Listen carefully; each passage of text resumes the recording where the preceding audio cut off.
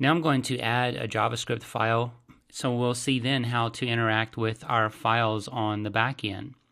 And what I want to do is go into scripts, and I'm not really going to get into how you might structure your folders here. I'll just kind of go over it briefly. There's a lot of ways to do this. You can structure it by the controllers, so you give a folder a name and you could put your various controllers and related JavaScript supporting files in there, or you can just have one folder called controller and then put every controller in there. You can dump them all into the scripts folder. There's a lot of different ways to structure this hierarchy. Now for this example, I'm just going to create a file called controller, and that's going to be about it. And what I want to add is, it's just going to be a regular text file. And I'm going to go ahead and stop the solution right now, and then I'll add new item. And I want to do general text file. And this is just going to be called controller.js. And add. There we are.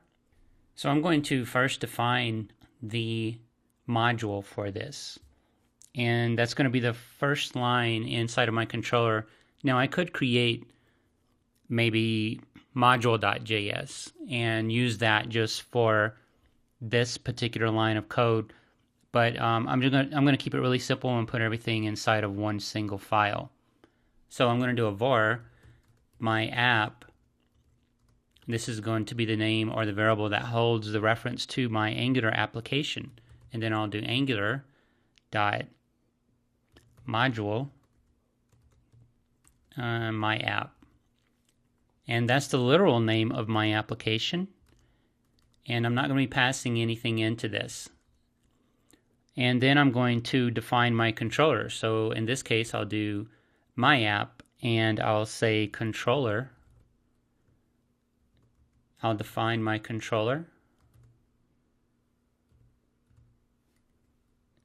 And then I'll do a new function, and this is basically going to contain all my controller code and even some of the functions within my controller. So this is just a regular JavaScript function, and I'm going to pass in this scope. Now scope is going to allow me to basically go between the view and this controller. So it's kind of like a view bag in ASP.NET where you are allowed to go back and forth. It's going to contain the models, basically, is what it does. Not the ASP.NET code behind models. It's going to contain the Angular models that I'm going to be using in my controller. And then I am going to do this. And in here, I want to create a variable. And this variable, I'm just going to call it scope.someString equals test string. That's it. Then I need to close this out, and I'll put a semicolon. And hopefully my syntax is correct there. So you can see here what I've done. First parameter is the name of the controller, just like we did up here with the name of our application. Then I did this function.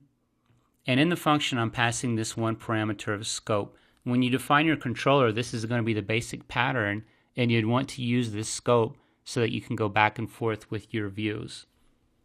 And then on my view, I can do something like this.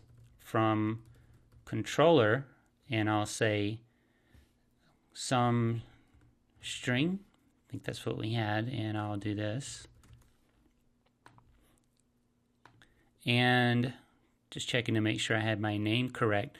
What I want to do here is actually define my controller.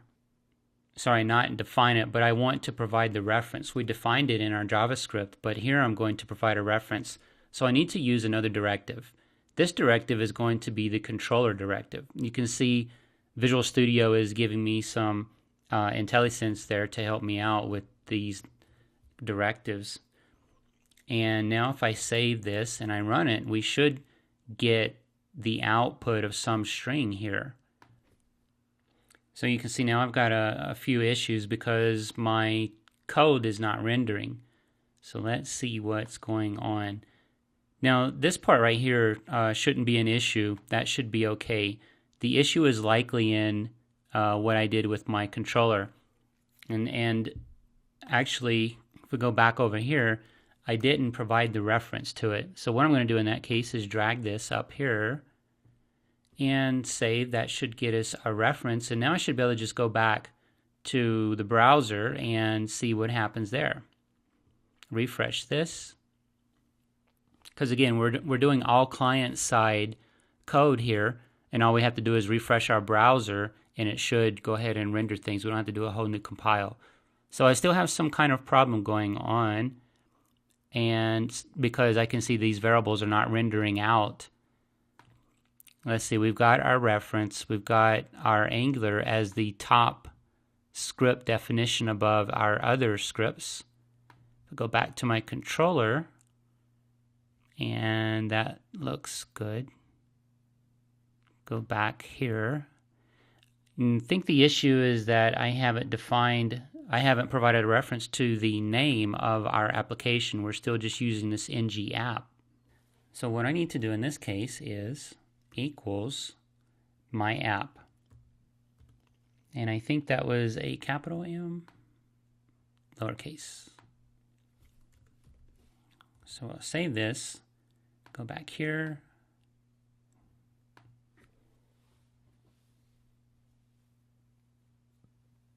And there we are. So now our variable that we defined in our controller is coming through on the client side, and our binding is still working. Our two-way binding is still working here. And just to kind of go over this binding, if this was just one way, we would have basically what we did here. This two-way binding is that I'm typing this in, it's assigning to our input data variable, and then it's outputting the same data. So the assignment is one way, the output of data in that variable is the other way, and so that's how you get this two-way data binding. So this was just a quick look at how we can take or define variables in our controller and have them output into our view. And just to go back to what we did here, we defined our application using the module function, and then we went ahead and created a controller definition and gave it a name. We passed in our scope, which allows us to go back and forth between this controller and the view. This sum string that I created here is a model. In Angular, this is a model, and we attach this model onto the scope. So now when we're inside of our view, we can reference that model right there, sum string. Remember, this right here is a model, this input data, and we referenced it like this. So it's not really any difference. We reference our models the same way when we're outputting their data into the view.